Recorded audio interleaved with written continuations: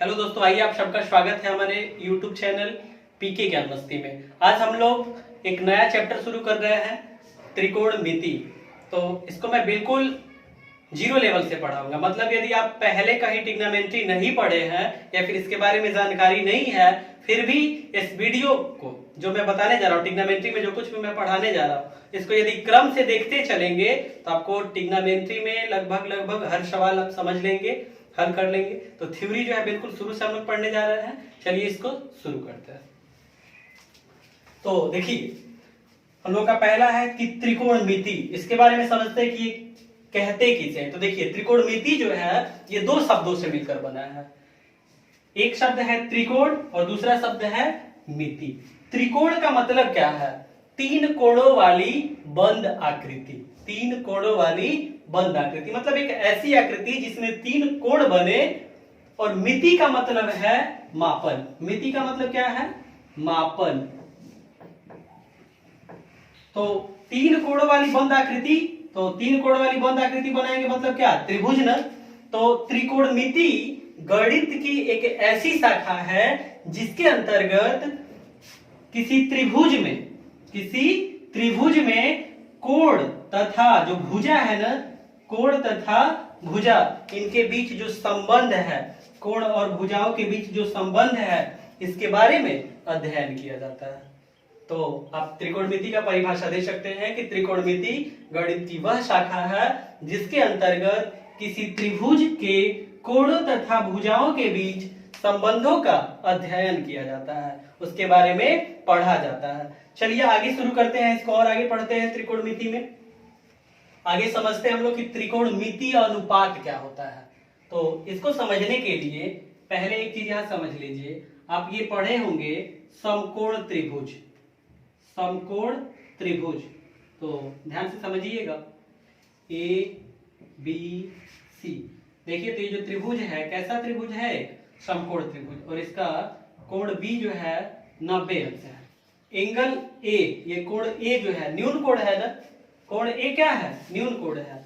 और कोण सी क्या है? न्यून कोण। तो न्यून कोण किसे कहते हैं? न्यून कोण वह कोण होता है जिसका माप जो है 0 अंश से अधिक होता है लेकिन 90 अंश से कम होता है। मतलब 0 अंश और 90 अंश, इसके बीच जो कोण आएंगे, जैसे 1 अंश, 2 अंश, 3 अंश, 10 अंश, 12 अंश, 30 अंश, 40 अंश, 55 अंश, ऐसे ये सभी क्या बनेंगे? न्यून कोण होंगे। तो देखिए, तो ये जो ए है, कोण ए न्यून कोण है। इसी तरह से जो कोण सी है यह क्या है? न्यून कोण है। अब एक चीज ध्यान से समझिएगा, यदि यह वाला कोण ले रहा है कि कोण सी क्या है? थीटा है, तो इस कोण सी के सामने ठीक कौन सी भुजा? देखिए तो AB ना, तो इसके ठीक सामने जो भुजा AB है इसको हम लोग लंब कहेंगे। और ये लंब किसके साथ 90 अंश का कोण बना रहा है? तो देखिए, ये जो लंब AB है इससे दो संलग्न भुजाएं, इससे सटी दो भुजाएं हैं, एक इधर AC है और एक BC है। तो समझिएगा, AB जो है AC के साथ तो न्यून कोण बना रहा है ना, 90 अंश किस भुजा के साथ बना रहा है? तो AB जो है तो भुजा BC के साथ 90 अंश बना रहा है। तो जिस भुजा के साथ 90 अंश का कोण बना रहा है लंब, इसको हम लोग आधार कहेंगे। क्या कहेंगे? आधार। और कर्ण किसे कहेंगे? तो देखिए, समकोण यहां बना है ना, समकोण का मतलब 90 अंश, तो 90 अंश के ठीक सामने जो भुजा है, तो इसके ठीक सामने कौन है? भुजा AC। तो इसको क्या कह लेंगे? यह कर्ण है। अब ये मैं क्यों चीज बता रहा हूं, ये क्यों समझा रहा हूं, तो त्रिकोणमिति अनुपात में इसकी जरूरत पड़ेगी, ठीक ना? इसलिए यहां समझ लीजिए इसको बिल्कुल ध्यान से। तो इसका नाम दे देते हैं DEF। समझिए, यह जो कोण है 90 अंश है और यहां जो कोण है यहां, यह है क्या? अल्फा। और यह एक न्यून कोण है। यहां ये अल्फा यानी कि एंगल डी, इसको हम लोगों ने अल्फा कहा, यह क्या है? न्यून कोण है। तो यदि यह कोण ले रहे हैं, जब यह न्यून कोण लेंगे तो इसके लिए लंब कौन कहेंगे? किसको लंब कहेंगे? यानी कि ये जो कोण अल्फा है इसके लिए लंब किस भुजा को कहेंगे? तो इसके ठीक सामने जो है EF, यह वाली भुजा, इसको कहेंगे कि क्या है? यह लंब है। और यह लंब जो है किसके साथ 90 अंश का कोण बना रहा है? तो देखिए यह भुजा और यह भुजा, यही दोनों 90 अंश का कोण बना रही है। तो ये जब ये लंब हो गया तो ये ED, यह जो भुजा है इसको क्या बोलेंगे? यह आधार है। और 90 अंश के ठीक सामने जो भुजा है यानी कि DF, इसको कर्ण कहेंगे। तो इस चीज को आप ध्यान से समझ लीजिएगा, क्योंकि आगे मैं त्रिकोणमितीय अनुपात समझाने जा रहा हूं, उसमें इसकी जरूरत होगी। सवाल जब हल करेंगे हम लोग उसमें भी समझना होगा कि कौन सा कोण दिया गया है और तब किसको लंब कहें, किसको आधार कहें, किसको कर्ण कहें, ये समझेंगे हम लोग। और आगे हल किया जाए इसको। इसमें आप एक चीज और जानते होंगे, पाइथागोरस प्रमेय, इसको भी नोट कर लीजिए। पाइथागोरस प्रमेय, पाइथागोरस प्रमेय क्या होता है? तो किसी समकोण त्रिभुज में जो कर्ण का वर्ग है ना, भुजा जो कर्ण है इसका वर्ग लंब और आधार का जो वर्ग है, लंब का वर्ग और आधार का वर्ग, इन दोनों के योगफल के बराबर होता है। ये चीज भी नोट कर लीजिएगा। आगे समझते हैं त्रिकोणमितीय अनुपात के बारे में। तो हम लोग को समझना है कि त्रिकोणमितीय अनुपात किसे कहते हैं, तो ध्यान से समझिएगा। ये कैसा त्रिभुज है? एक समकोण त्रिभुज है और इस समकोण त्रिभुज में कोण C लिया गया है। कौन सा कोण? C, यह न्यून कोण है। अब इसी कोण के सापेक्ष हम लोग त्रिकोणमितीय अनुपात ज्ञात कर रहे हैं। तो जब यह कोण लिया गया है तो ये जो भुजा है BA, इसको लंब कहेंगे, BC को आधार और AC जो भुजा है इसको कर्ण कहेंगे। तो कोई समकोण त्रिभुज हो और उसमें न्यून कोण के सापेक्ष, किसके सापेक्ष? न्यून कोण के सापेक्ष। न्यून कोण के सापेक्ष कहने का मतलब ये है कि जैसे यह वाला कोण ले रहे हैं तो इसके सापेक्ष लंब आधार कर्ण ऐसे बनेगा। यदि ये वाला कोण ले लेंगे तो इसके सापेक्ष जब कहना हो तो लंब ये हो जाएगा, आधार ये हो जाएगा और ये कर्ण हो जाएगा। जब ये वाला कोण लेंगे तो न्यून कोण के सापेक्ष, तो यहाँ न्यून कोण कौन सा लिए हैं? ये वाला कोण C। तो किसी समकोण त्रिभुज में न्यून कोण के सापेक्ष किन्हीं दो भुजाओं का अनुपात, किन्हीं दो भुजाओं का अनुपात से मतलब क्या है? तो देखिए किन्हीं दो भुजाओं मतलब जैसे लंब कर्ण का अनुपात ज्ञात कर ले, या फिर कर्ण लंब का अनुपात ज्ञात कर ले, लंब आधार का अनुपात ज्ञात कर ले, या फिर आधार लंब का अनुपात ज्ञात कर ले। इसी तरह से कर्ण आधार का अनुपात ज्ञात कर ले या फिर आधार कर्ण का अनुपात ज्ञात कर ले। तो इससे जो अनुपात मिलेगा उसको त्रिकोणमितीय अनुपात कहते हैं। और ये त्रिकोणमितीय अनुपात कितने होते हैं?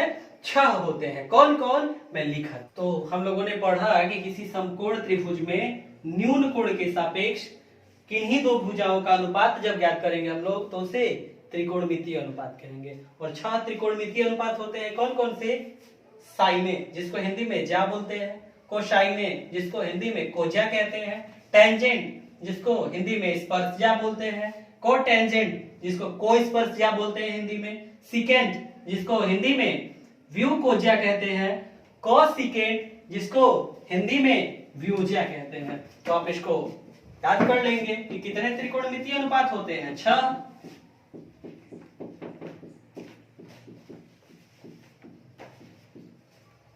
और एक चीज ध्यान दीजिएगा, यहाँ साइने जो है ना इसको संक्षिप्त रूप में साइन बोलते हैं। संक्षिप्त रूप में क्या बोलते हैं? साइन। कोसाइन जो है, कोसाइने, इसको संक्षिप्त रूप में कॉस बोलते हैं। जो टेंजेंट है इसको संक्षिप्त रूप में टेन बोलते हैं। जो कोटेंजेंट है इसको संक्षिप्त रूप में कॉट बोलते हैं। जो सिकेंट है इसको संक्षिप्त रूप में सेक बोलते हैं। और कॉसिकेंट जो है इसको संक्षिप्त रूप में कॉसेक बोलते हैं। तो इसको आप नोट कर लीजिए। फिर आगे इसके लिए मैं अनुपात जो होता है भुजाओं में अनुपात, उसके लिए इसका सूत्र कैसे बनता है मैं आपको बता रहा हूं। तो सूत्र लिखा जाए, ध्यान दीजिएगा। साइन थीटा इक्वल्स टू, सूत्र होता है लंब बटा कर्ण। दूसरा लिख लीजिए कॉस थीटा, इसके लिए जो सूत्र होता है आधार बटा कर्ण। तीसरा सूत्र tan थीटा, तो इसके लिए सूत्र होता है लंब बटा आधार।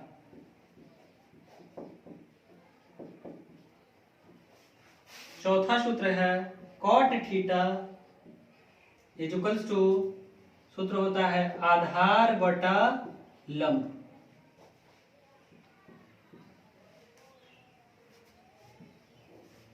पांचवा सूत्र है सेक थीटा इक्वल्स टू, सूत्र होता है कर्ण बटा आधार।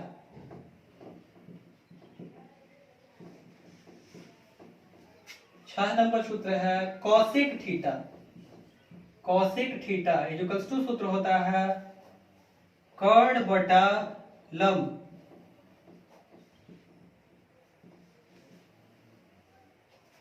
तो यहाँ ये जो छह सूत्र हम लोग लिखे हैं, इन छह सूत्रों को याद करने के लिए एक ट्रिक है, उसको समझ लीजिए क्या है। यदि लंब को हम लोग एल से लिख लें, आधार जो है उसको ए से लिख लें और कर्ण को के से लिख लें, तो क्या ऐसे लिख लीजिए, लाल कक्का के ए। और ध्यान से समझिएगा, ये जो पहले तीन त्रिकोणमितीय अनुपात है ना, साइन कॉस टेन, तो लिख लीजिए यहां साइन के लिए एस, कॉस के लिए सी और टेन के लिए टी। साइन के लिए यदि भुजाओं के अनुपात के रूप में कहा जाए कि सूत्र क्या होता है, तो साइन थीटा बराबर क्या, इधर से पढ़ लेंगे ऊपर से नीचे की ओर, लंब बटा कर्ण। कॉस के लिए कहना हो तो आधार बटा कर्ण। टेन के लिए यदि कहना हो तो लंब बटा आधार, यानी कि ऊपर से नीचे की ओर ऐसे पढ़ रहे हैं, तीर का निशान ऐसे बना दे रहे हैं। लंब बटा कर्ण साइन थीटा के लिए, कॉस थीटा के लिए आधार बटा कर्ण, टेन थीटा के लिए लंब बटा आधार। अब शेष जो तीन त्रिकोणमितीय अनुपात है, cot theta, sec theta, cosec theta, तो कॉट थीटा के लिए यहां सी लिख दे रहे हैं, सेक थीटा के लिए एस और कोसेक थीटा के लिए सी। तो ध्यान से समझिएगा, ये नीचे और ऊपर दोनों तरफ सी आ रहा है और एस आ रहा है, तो आपको समझना है ऊपर जो लिखा गया है साइन कॉस टेन और नीचे इधर से ये क्या है, कॉट के लिए है, ये सेक के लिए है और ये सी कॉसेक के लिए है। तो अगर कॉट थीटा के लिए कहना होगा तो नीचे से ऊपर की ओर पढ़ेंगे, यानी कि आधार बटा लंब। सेक थीटा बराबर कहना हो तो कर्ण बटा आधार। कॉसेक थीटा के लिए कहना हो तो कर्ण बटा लंब। ये चीज ध्यान रखिएगा। अब एक चीज समझिएगा यहां से कि देखिए, तो साइन में कह रहे हैं लंब बटा कर्ण और कौशिक में कह रहे हैं कर्ण बटा लंब। देखिए, लंब बटा कर्ण साइन थीटा के लिए और कौशिक थीटा के लिए कर्ण बटा लंब। तो इसमें जो अंश है इसमें हर है और इसमें जो हर है इस वाले में अंश है।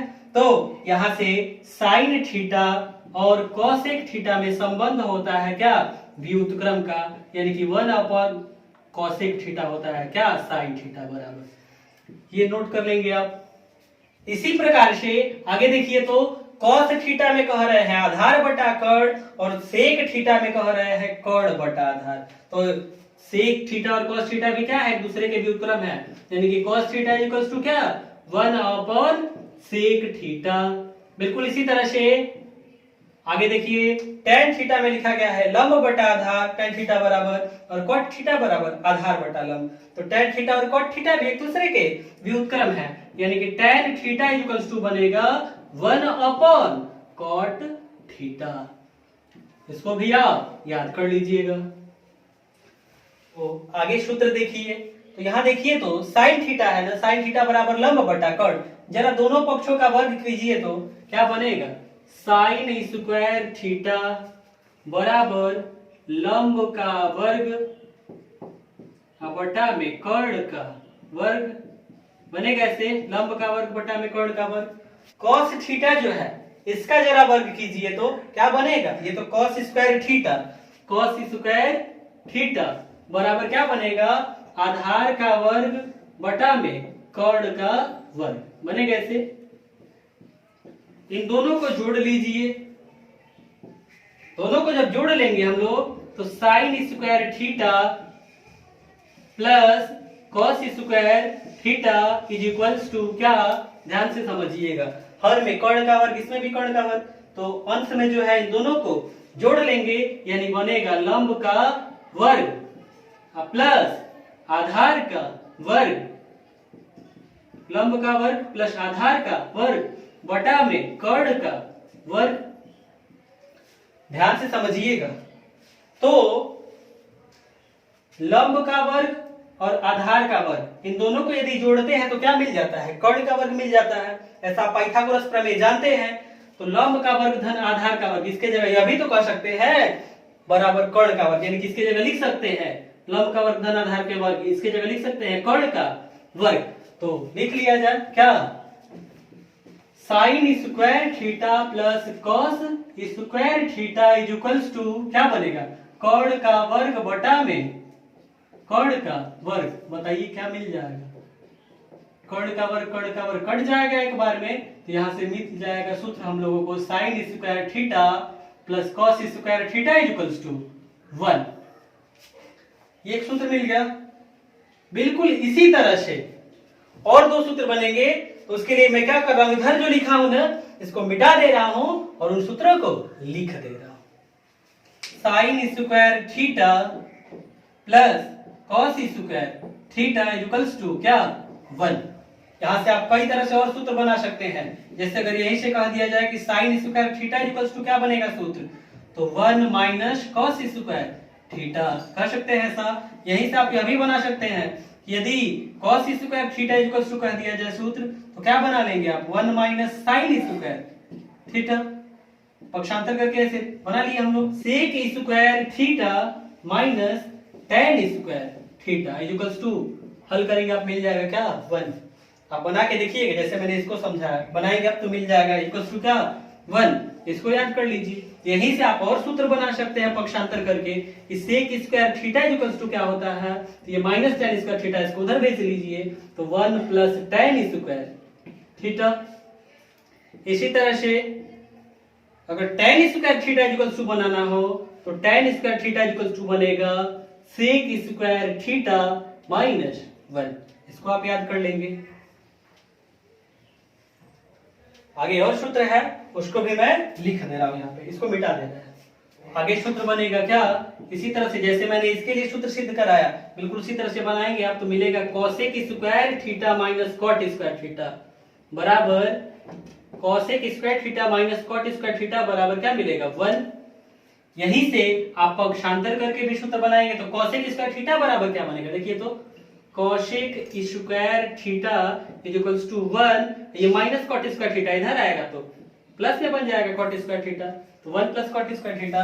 इसी तरह से यदि cot square theta is equals to सूत्र बनाएंगे तो cot square theta is equals to मिलेगा कोसेक स्क्वायर थीटा माइनस 1। तो ये तीनों सूत्रों को आप याद कर लीजिए। तो इस वीडियो में हम लोगों ने ट्रिग्नोमेट्री त्रिकोणमिति के कुछ सूत्र पढ़े। त्रिकोणमिति अनुपात क्या होता है इसके बारे में हम लोगों ने पढ़ा।